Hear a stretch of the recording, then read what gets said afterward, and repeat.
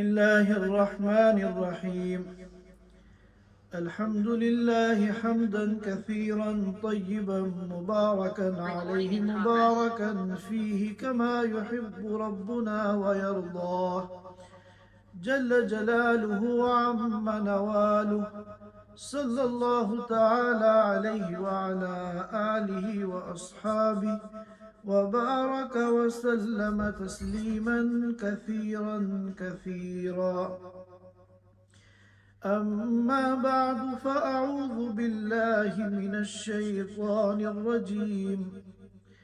يا أيها الذين آمنوا هل أدلكم على تجارة تنجيكم من عذاب أليم تؤمنون بالله ورسوله وتجاهدون في سبيل الله بأموالكم وأنفسكم ذلكم خير لكم إن كنتم تعلمون. يغفر لكم ذنوبكم ويدخلكم جنات تجري من تحتها الأنهار ومساكن طيبة في جنات عدن ذلك الفوز العظيم. وأخرى تحبونها نصر من الله وفتح قريب وبشر المؤمنين. يا أيها الذين آمنوا كونوا أنصار الله كما قال عيسى ابن مريم للحواريين من أنصاري إلى الله قال الحواريون نحن أنصار الله. فآمنت طائفة من بني إسرائيل وكفرت طائفة فأيدنا الذين آمنوا على عدوهم فأصبحوا ظاهرين. صدق اللہ العظیم. حضرات سامعین کرام، سورۃ الصف کی تفسیر چل رہی ہے. اس سورت مبارکہ کے پہلے رکوع پر ہم گفتگو کر چکے ہیں. آج میں نے آپ حضرات کے سامنے اس سورت کا دوسرا اور آخری رکوع تلاوت کیا ہے. لہذا آج کی اس مجلس میں انشاءاللہ ہم ان آیات مبارکہ کو سمجھنے کی کوشش کریں گے.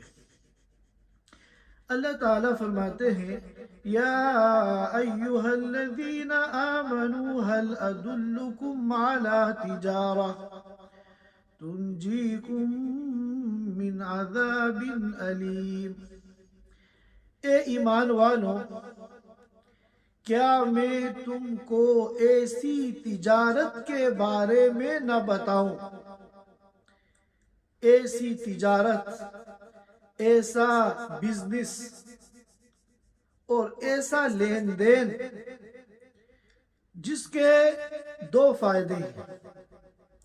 ایک فائدہ تو ہے جس کا تعلق آخرت سے ہے، اور دوسرا فائدہ ہے جس کا تعلق دنیا سے ہے.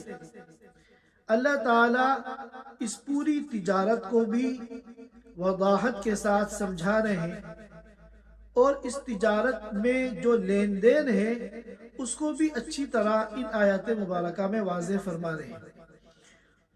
چنانچہ اللہ تعالیٰ فرماتے ہیں کہ اے ایمان والوں، کیا میں تمہیں ایسی تجارت نہ بتاؤں تنجیکم من عذاب علیم، جو تم کو بچا لے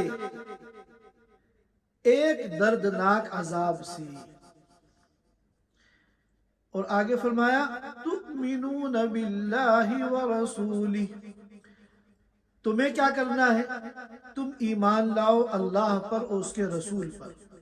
وَتُجَاهِدُونَ فِي سَبِيلِ اللَّهِ بِأَمْوَالِكُمْ وَأَنفُسِكُمْ، اور اللہ کے راستے میں اپنی جان اور اپنے مال کے ساتھ مجاہدہ کرو، جہاد کرو۔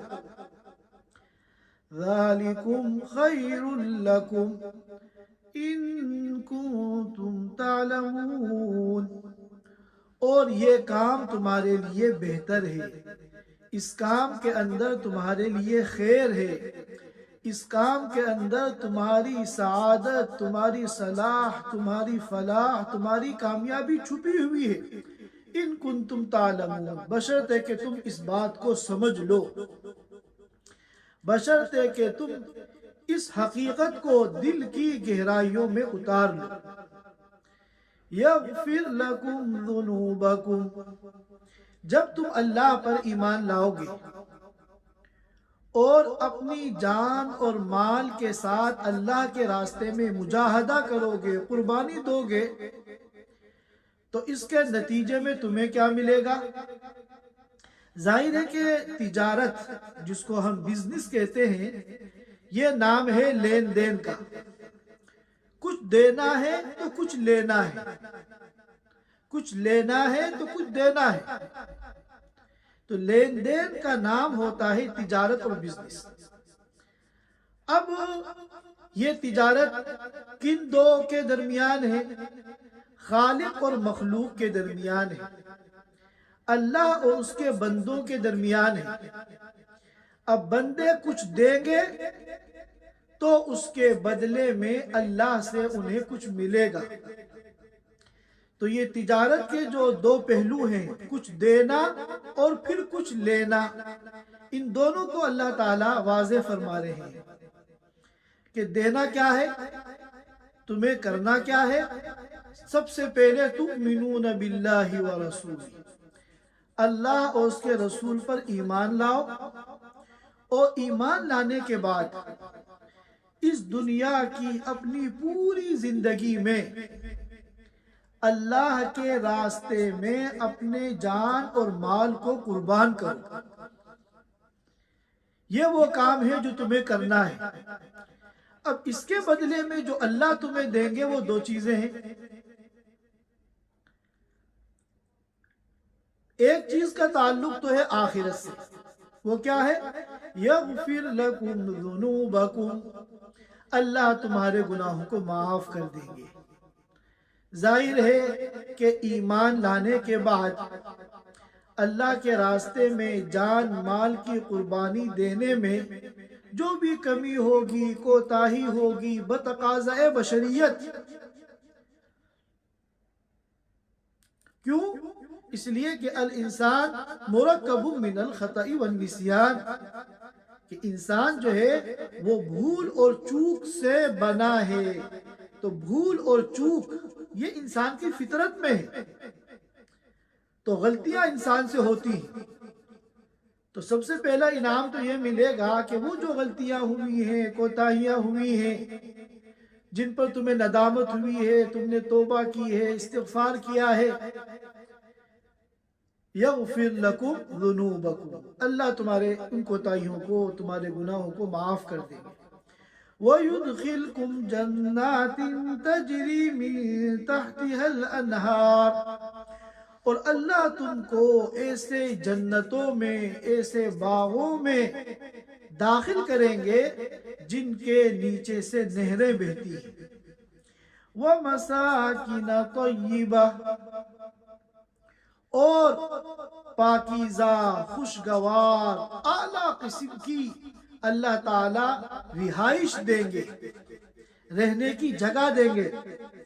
اور کہاں دیں گے؟ فی جنات عدن، ہمیشہ ہمیش کی جنتوں میں۔ ذالک الفوز العظیم، اور یہی بڑی کامیابی ہے، یہی حقیقی کامیابی ہے۔ جتنی بھی ہمارے سامنے کامیابیوں کے نقشے ہیں اور کامیابی کی شکلیں ہیں، اور ہمارے دل و دماغ میں کامیابی کے تصورات ہیں، ان میں سب سے بڑھ کر کامیابی، سب سے بڑی کامیابی، اور جو کہ حقیقی کامیابی ہے، وہ کیا ہے کہ بندہ جہنم سے بچ کر جنت میں داخل ہو جائے. اس کے آگے اور اس سے بڑی کامیابی کا کوئی تصور نہیں. چنانچہ اللہ نے فرمایا تھا فَمَنْ زُحْزِحَ عَنِ النَّارِ وَأُدْخِلَ الْجَنَّةَ فَقَدْ فَازَ وَمَا الْحَيَاةُ الدُّنْيَا إِلَّا مَتَاعُ الْغُرُورِ. جس کو جہنم سے بچا لیا گیا اور جنت میں داخل کر دیا گیا فقد فاز، تو حقیقی معنی میں وہ کامیاب ہو گیا. اب پھر سوال یہ پیدا ہوتا ہے کہ ہم تو یہ سمجھتے تھے کہ بڑا کاروبار کامیابی ہے، اعلیٰ قسم کا گھر کامیابی ہے، شاندار لگژری کار کامیابی ہے، اونچا عہدہ اونچا منصب کامیابی ہے. ان تمام کامیابیوں کا کیا ہوگا جو آج تک ہم سوچتے تھے؟ تو اس سے بھی ذہن کو صاف کر دیا وَمَا الْحَيَاةُ الدُّنْيَا إِلَّا مَتَاعُ الْغُرُورِ. اور دنیا کی جو زندگی ہے، دنیا میں کامیابی کے جو یہ نقشے ہیں، وَمَا الْحَيَاةُ الدُّنْيَا إِلَّا مَتَاعُ الْغُرُورِ، اور دنیا کی یہ زندگی دھوکے کا سامان ہے. یہ کوئی کامیابی نہیں، یہ ہمارا دھوکہ ہے.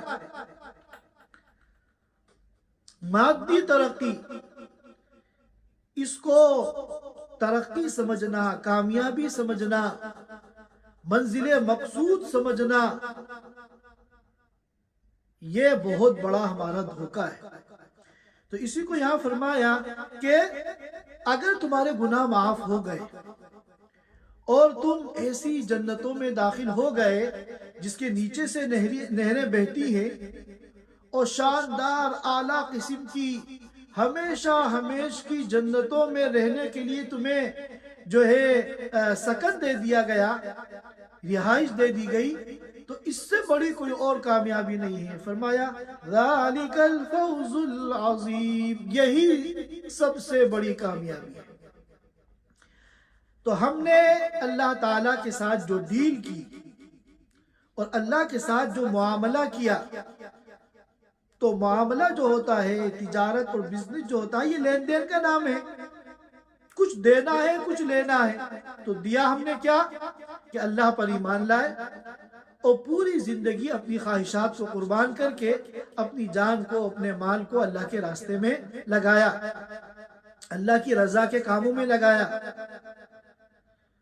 تو اس کے نتیجے میں اللہ جو ہمیں دیں گے وہ دو چیزیں ہیں. ایک چیز تو وہ ہے جس کا تعلق ہے آخرت سے. وہ کیا ہے کہ اللہ ہمارے گناہوں کو معاف کر دیں گے اور ہمیشہ کی جنتوں میں اللہ ہمیں داخل کر دیں گے. اور ایک دوسرا فائدہ اس تجارت کا ہمیں ملے گا نقد دنیا میں. وہ کیا ہے؟ فرمایا وَأُخْرَى تُحِبُّونَهَا، اور ایک دوسرا فائدہ ہے تُحِبُّونَهَا، جس کو تم لائک کرتے ہو، جو تمہیں بہت پسند ہے.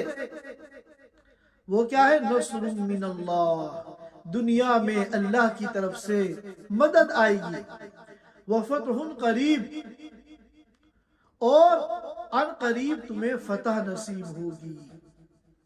وبشر المؤمنین،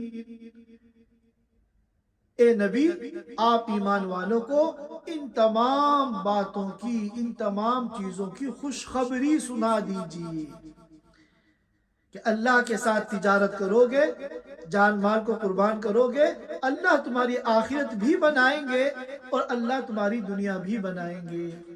یہ وہی مضمون ہے جو ایک موقع پر اللہ نے فرمایا تھا ان اللہ اشترى من المؤمنین انفسهم واموالهم بان لهم الجنہ، کہ اللہ تعالیٰ نے ایمان والوں سے ان کی جان کو، ان کے مال کو خرید لیا جنت کے بدلے میں. یہ ہے وہ تجارت. جان مال ہمیں دے دو، یعنی ہماری مرضی کے مطابق استعمال کرو تو ہم بدلے میں تمہیں کیا دیں گے؟ جنت دیں گے. اب سوال یہ پیدا ہوتا ہے کہ یہ جو دو فائدے ہیں اللہ تعالیٰ کے ساتھ ڈیل کرنے میں، آخرت کا فائدہ اور دنیا کا فائدہ، تو ان دونوں فائدوں میں جو اصل فائدہ ہے، بڑا فائدہ ہے، جس کو الفوز العظیم سب سے بڑی کامیابی کہا گیا ہے، وہ تو آخرت کا فائدہ ہے۔ اور یہاں اللہ تعالیٰ دنیا کے فائدے کے بارے میں بتا رہے ہیں وَأُخْرَى تُحِبُّونَهَا، کہ دوسرا فائدہ یہ ایسا فائدہ ہے جسے تم پسند کرتے ہو، جسے تم لائک کرتے ہو۔ حالانکہ جو فائدہ زیادہ بڑا ہو اس کو لائک کرنا چاہیے زیادہ۔ دنیا کا فائدہ آخرت کے فائدے کے مقابلے میں کچھ بھی نہیں ہے، تو اس کے بارے میں کیوں کہا گیا کہ تم لوگ اس کو لائک کرتے ہو، پسند کرتے ہو؟ اس کی جواب یہ ہے کہ اللہ تعالیٰ نے انسان کو جلد باز بنایا ہے، انسان کی فطرت کے اندر جلد بازی ہے۔ وَكَانَ الْإِنسَانُ عَجُولًا، اور انسان بڑا جلد باز ہے۔ اب دنیا کا فائدہ چاہے آخرت کے فائدے کے مقابلے میں کتنا کم ہو، لیکن یہ نقد ہے، اس لیے انسان جو ہے اس کو لائک کرتا ہے۔ اب مثال کے طور پر ہمارا کوئی کام پھنس گیا اور ہم نے اس کے لیے دعا کی اللہ سے۔ اب اگر اللہ تعالیٰ نے اس دعا کے نتیجے میں اس کام کو بنا دیا تو یہ دنیا کا ایک فائدہ ہے، ہمارا وہ کام بن گیا۔ لیکن اگر اللہ تعالیٰ کی حکمت اور مصلحت کے اعتبار سے وہ کام ہمارے لیے مناسب نہیں تھا، اللہ نے ہمارا وہ کام نہیں بنایا جس کی ہم نے اللہ سے دعائیں کی ہیں، وظیفے پڑھے ہیں اور صلاۃ الحاجت پڑھی ہیں، خود بھی دعائیں کی ہیں اور نیک لوگوں سے دعائیں کروائی ہیں،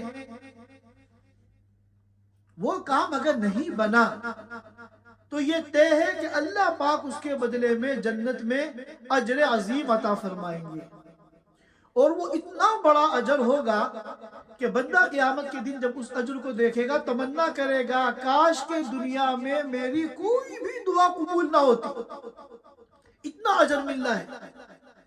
دنیا کا جو میرا وہ کام تھا، چاہے وہ 10 کروڑ ڈالر کا، 50 کروڑ ریال کا ہو، لیکن وہاں کا جب اجر دیکھے گا تو وہ تمنا کرے گا کاش کہ مجھے دنیا میں ڈھیلا بھی نہ ملتا، مجھے یہاں آخرت میں اجر ملتا۔ یہ تمام باتیں ہمیں معلوم ہیں، لیکن تب بھی جب ہمارا کام بنتا ہے تو ہمیں خوشی زیادہ ہوتی ہے۔ یہ جاننے کے باوجود کہ کام نہ بننے کی صورت میں ہمارا فائدہ زیادہ ہے، پھر بھی خوشی کیوں ہو رہی ہے؟ کیونکہ یہاں جو فائدہ ہے یہ نقد ہے، اور آخرت کا جو فائدہ ہے وہ ادھار ہے، اور بندہ جو ہے وہ نقد کو پسند کرتا ہے ادھار کے مقابلے میں۔ وَأُخْرَى تُحِبُّونَهَا، پسند کرنے کا مطلب یہ نہیں ہے کہ آخرت کے فائدے کو نعوذ باللہ پسند نہیں کرتا، اسے بھی پسند کرتا ہے، لیکن انسان کی فطرت یہ ہے کہ جو فائدہ نقد ہو چاہے چھوٹا ہو اس کو خوشی زیادہ ہو۔ تو اللہ تعالیٰ نے اسی انسان کی فطرت کی طرف یہاں اشارہ کیا ہے، اور ایک اور موقع پر اس کو بیان بھی کیا ہے وَكَانَ الْإِنسَانُ عَجُولًا، بڑا جلد باز ہے یہ انسان۔ وَبَشِّرِ الْمُؤْمِنِينَ، ہم سے اگر ڈیل کر لو گے، ہم سے اگر تجارت اور بزنس کر لو گے تو یہ جو تم اپنی جان مال کی قربانی دو گے ایمان لانے کے بعد، اس کے بدلے میں تمہیں دین اور دنیا میں یہ چیزیں ملیں گی۔ اے نبی، آپ ایمان والوں کو ان تمام چیزوں کی، ان تمام فوائد کی خوشخبری سنا دیجئے۔ اس کے بعد اللہ تعالیٰ ایمان والوں کو ترغیب دیتے ہیں نصارہ کے ایک واقعے کی روشنی میں۔ اللہ تعالیٰ فرماتے ہیں یا ایہا الذین آمنوا کونوا انصار اللہ، اے ایمان والو اللہ کے دین کے مددگار بن جاؤ، دین کے خادم بن جاؤ، دین کی نصرت کرنے والے بن جاؤ، پوری دنیا میں، دنیا کے چپے چپے میں اس دین کو پھیلانے والے بن جاؤ، دین کی حفاظت کا کام بھی کرو اور دین کی اشاعت کا کام بھی کرو۔ کیوں؟ کما قال عیسی ابن مریم للحواریین من انصاری الی اللہ، جیسا کہ عیسیٰ ابن مریم نے اپنے حواریین سے کہا تھا۔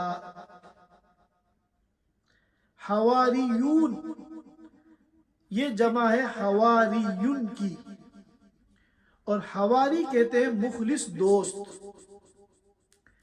عیسیٰ علیہ السلام کے جو یہ حواری تھے جنہوں نے اپنی نبی کی دعوت پر لبیک کہا اور اپنے نبی کے لائے ہوئے دین کے مددگار بنے، مفسرین کرام نے لکھا ہے کہ یہ کل 12 افراد تھے، اور نبی آخر الزمان رسول اللہ صلی اللہ علیہ وسلم کہ جو دین کے مددگار بنے ان کی حیات میں ان کو صحابہ کہتے ہیں۔ عیسیٰ علیہ السلام کے جو ساتھی تھے ان کو تو حواریین کہتے ہیں، اور اللہ کے رسول صلی اللہ علیہ وسلم کے جو ساتھی تھے جو دین کے کاموں میں اپنے نبی کے مددگار بنے ان کو ہم صحابہ کرام کہتے ہیں۔ صحابہ کرام تو لاکھوں کی تعداد میں تھے، لیکن عیسیٰ علیہ السلام کے جو حواری تھے مخلص دوست وہ 12 تھے۔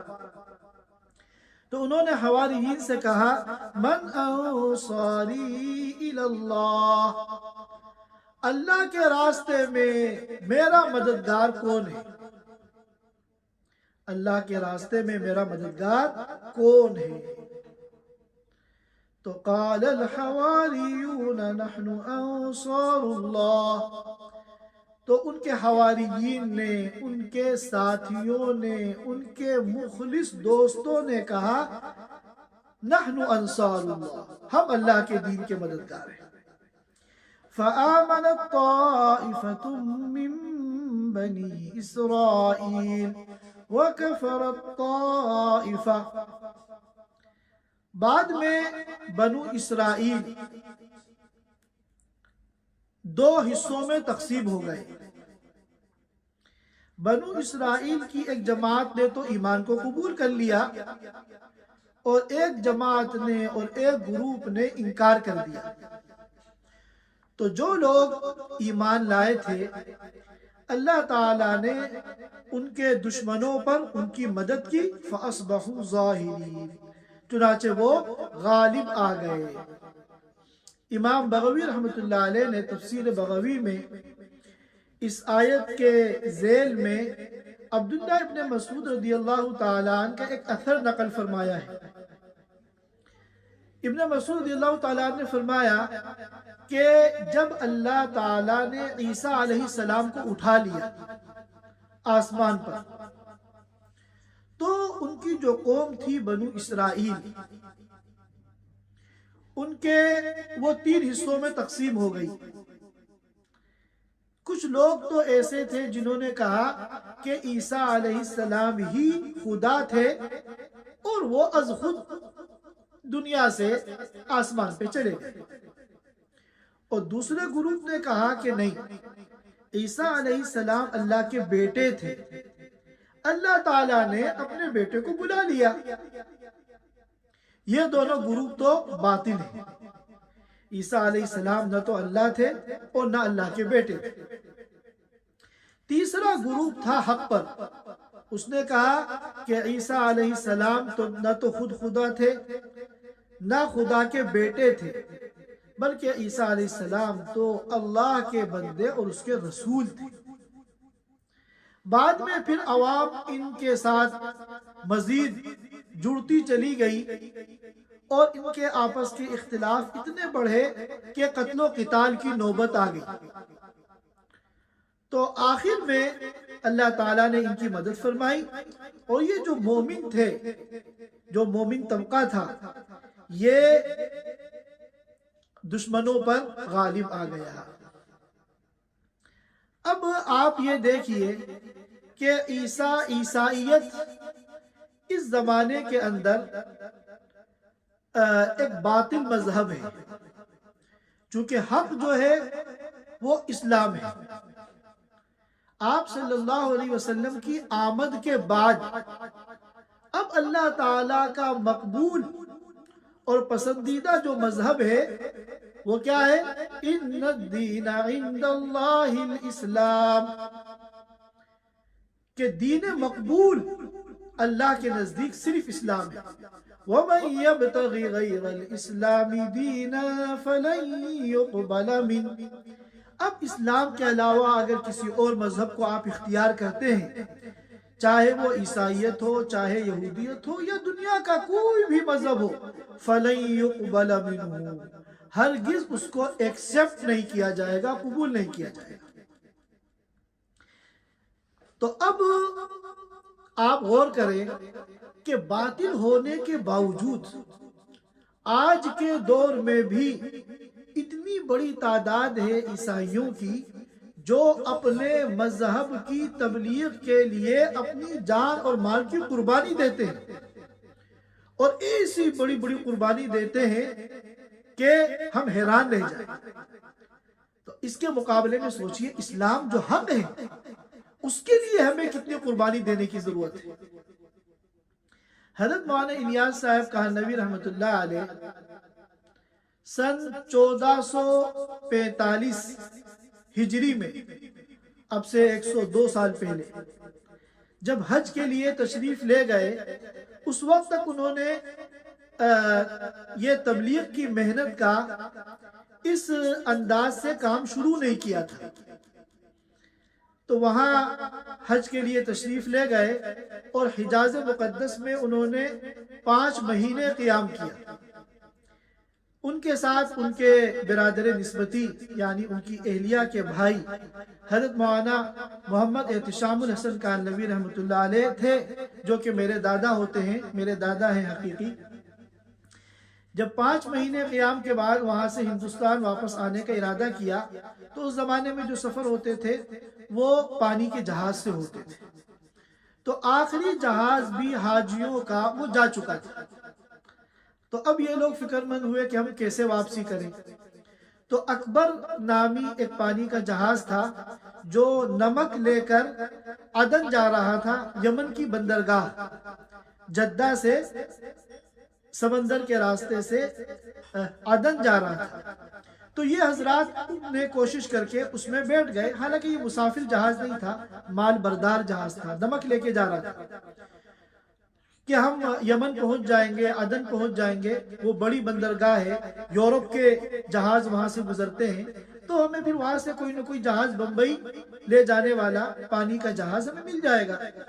چنانچہ یہ حضرات عدن پہنچ گئے، وہاں کوئی جہاز بمبئی جانے والا موجود نہیں تھا۔ تو مولانا احتشام الحسن صاحب رحمۃ اللہ علیہ اس پورے واقعے کو لکھتے ہیں، فرماتے ہیں کہ 15-20 دن ہم لوگ وہاں ٹھہرے عدن کی بندرگاہ پہ۔ 15-20 دن کے بعد ایک جہاز ملا جو اٹلی کا جہاز تھا، جو عدن سے بمبئی جا رہا تھا۔ تو یہ لوگ پھر اس جہاز میں ٹکٹ لے کے سوار ہو گئے، اور اس جہاز کے اکثر بلکہ تقریباً سارے جو مسافر تھے وہ اٹالین کرسچن تھے، عیسائی تھے، اور ان میں ان کے پادری بھی تھے۔ تو یہ حضرات جو چند مسلمان تھے یہ اپنا نمازوں کا جب وقت آتا تو اذان دیتے، یہ اقامت کہتے اور جماعت کے ساتھ نماز پڑھتے۔ چند دنوں تک اسی طرح چلتا رہا۔ چند دنوں کے بعد جو کیپٹن تھا جہاز کا، اس نے ان کو اذان دینے سے منع کر دیا کہ آپ کو اگر نماز پڑھنی ہے خاموشی سے آپ نماز پڑھیے، لیکن آپ اذان نہیں دے سکتے۔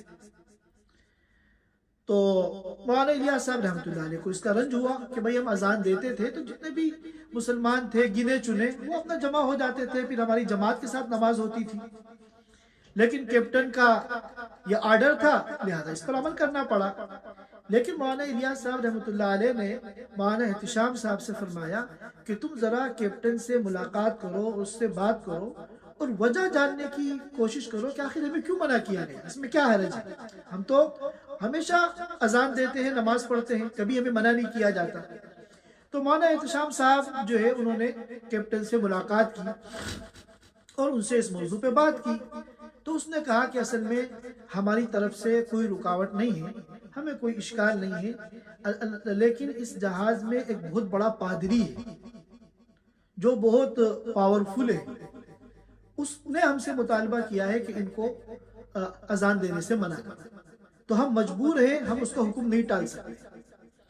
تو انہوں نے آ کے مولانا الیاس صاحب کو بتایا کہ یہ صورتحال ہے۔ مولانا الیاس صاحب رحمۃ اللہ علیہ نے مولانا احتشام صاحب سے کہا کہ اب تم اس پادری سے ملاقات کرو اور اس سے ملاقات کر کے بے تکلفی قائم کرو تاکہ شاید ہمارے لیے آسانی پیدا ہو جائے۔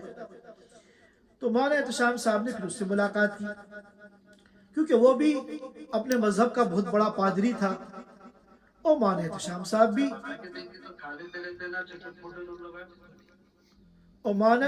صاحب بھی یہ اسلام کے بہت بڑے عالم تھے۔ تو ان دونوں میں آپس میں ملاقاتیں ہوتی رہیں، جب کافی بے تکلفی ہو گئی تو اس پادری نے یہ بتایا کہ میں نے عیسائیت کی تبلیغ کے لیے بمبئی سے دلی کے درمیان 2 پیدل سفر کیے۔ کہاں بمبئی اور کہاں دلی؟ میں نے بمبئی اور دلی کے درمیان 2 پیدل سفر کیے ہیں بغیر سواری کے، یعنی گاؤں در گاؤں، محلہ در محلہ، شہر در شہر، اس طرح۔ اور پھر اس نے اس کے نتائج بتائے کہ اتنی تیزی سے عیسائیت کو فروغ ملا ہمارے ان اسفار کی وجہ سے، اس کی تفصیل بتائی۔ مولانا احتشام صاحب نے یہ بات آ کے مولانا الیاس صاحب رحمۃ اللہ علیہ سے نقل کی، تو برجستہ مولانا نے یہ کہا کہ بھائی جب باطل کی تبلیغ کے لیے اتنی قربانی دی جا سکتی ہے تو اسلام تو حق ہے، یہ بدرجہ اولا مستحق ہے کہ اس کے لیے قربانی دی جائے۔ اور جس طرح پیدل اور قربانیوں کے ساتھ خروج کیا جا رہا ہے، سفر کیے جا رہے ہیں ایک باطل کو پھیلانے کے لیے، تو حق اس سے کہیں زیادہ مستحق ہے کہ اس کے لیے خروج کیا جائے۔ یہاں سے یہ خروج کا فکرہ مولانا الیاس صاحب کے ذہن میں آیا۔ پھر جب انہوں نے اس پہ غور کیا تو پتہ چلا تو یہ تو سارے انبیاء کی محنت کا خلاصہ ہے کہ انہوں نے اللہ کے دیے ہوئے دین کو پھیلانے کے لیے سب نے حرکت کی اور سب نے خروج کیا ہے اور سب نے در در کی ٹھوکریں کھائی ہیں اور سب نے اپنی جان کو، اپنے مال کو اور اپنے اوقات کو اللہ کے دین کی خدمت کے لیے لگایا ہے، تب یہ دین آگے بڑھا ہے اور پھیلا ہے۔ تو یہ عیسیٰ علیہ السلام نے جو اپنے حواریین سے کہا تھا کہ کون مدد کرے گا اللہ کے دین کی، اور ان 12 حواریین نے کہا تھا کہ ہم اللہ کے دین کے مددگار ہیں، نحن انصار اللہ، تو آج تک ان کے ماننے والے ان حواریین کے نقش قدم پہ چل کر عیسائیت کی تبلیغ کے لیے پوری دنیا میں قربانیاں دے رہے ہیں۔ تو ہمارے جو نبی آخر الزمان سید الاولین والآخرین، ان کے جو صحابہ ہیں، ان کے صحابہ نے بھی تو اپنے نبی سے یہ کہا تھا کہ نحن الذین بایعوا محمدا، جب احد کے موقع پر قربانی دے رہے تھے اور خندق کے موقع پر اور بھاری پتھر توڑ رہے تھے اور فاقوں کی وجہ سے پیٹ میں پتھر بندھے ہوئے تھے، اور صحابہ کی یہ قربانی دیکھ کر اللہ کے رسول نے کہا تھا اللہم لا عیش الا عیش الآخرہ فاغفر الانصار والمہاجرہ، کہ اللہ یقیناً اصل زندگی وہ آخرت کی زندگی ہے، تو ان انصار کی اور مہاجرین کی یعنی میرے صحابہ کی جو صرف اپنی آخرت کو بنانے کے لیے اتنی بڑی بڑی قربانی دے رہے ہیں تو ان کی مغفرت فرما. تو صحابہ کرام نے کیا جواب دیا تھا؟ نحن الذین بایعوا محمدا نحن الذین بایعوا محمدا علی الجہاد ما بقینا ابدا.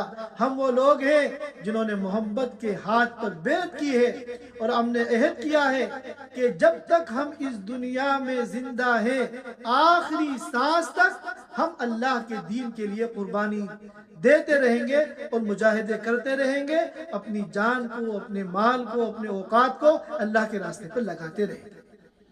تو اگر ان حواریین کے وعدے پر عمل کرتے ہوئے آج اہل باطل قربانی دے رہے ہیں تو ہم بھی اپنے صحابہ کرام کے اس عہد کو تازہ کرتے ہوئے اور ان کے اس وعدے کو اور ان کی اس محنت کو پورا کرتے ہوئے ہمیں بدرجہ اولا اس دین کے لیے قربانی دینی چاہیے. اللہ تعالی ہم سب کو کہنے سننے سے زیادہ عمل کی توفیق عطا فرمائے. وآخر دعوانا الحمدللہ رب العالمین. Thanks for watching. Don't forget to like, comment, share and subscribe to Al Wahid channel.